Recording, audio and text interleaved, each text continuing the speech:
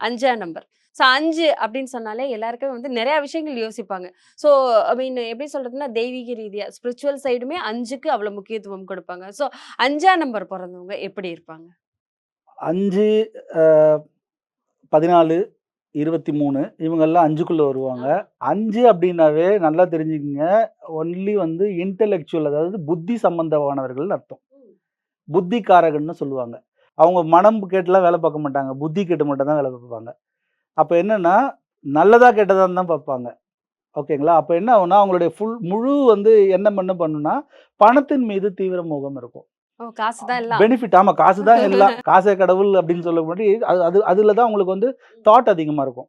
அப்ப என்ன ஆகுதுன்னா, அந்த 5னாவே இப்ப இருக்கிற நம்பர்லயே பெஸ்ட் பிசினஸ் பண்ணக்கூடிய நம்பர் அப்படின்னா 5 தான். 5 இருக்கவங்க எல்லாருக்கும் பிசினஸ் தாட் இருக்கும். ஓகே.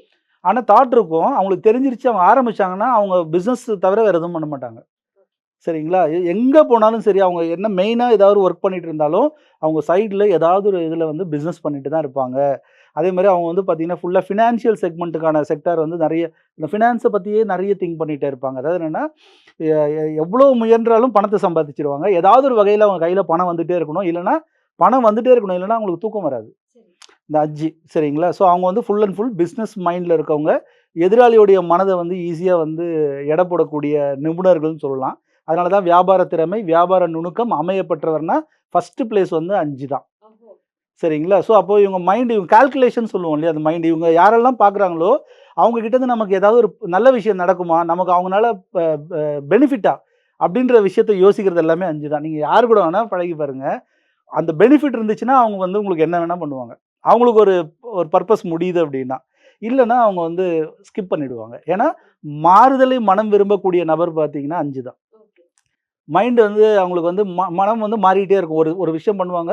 அது முடிச்சதுக்கப்புறம் அடுத்து டார்கெட், அடுத்த கோல் இந்த மாதிரி வந்து மாறிக்கிட்டே இருக்கக்கூடிய ஒரு தன்மை இருக்கும். எதையாவது ஒண்ணு மாத்திக்கிட்டே இருக்கணுன்ற ஒரு விருப்பம் இருக்கும் அவங்களுக்கு. அப்படி இருந்துச்சுன்னா தான் அவங்களோட வைப்ரேஷன் நல்லா வேலை செய்யும்.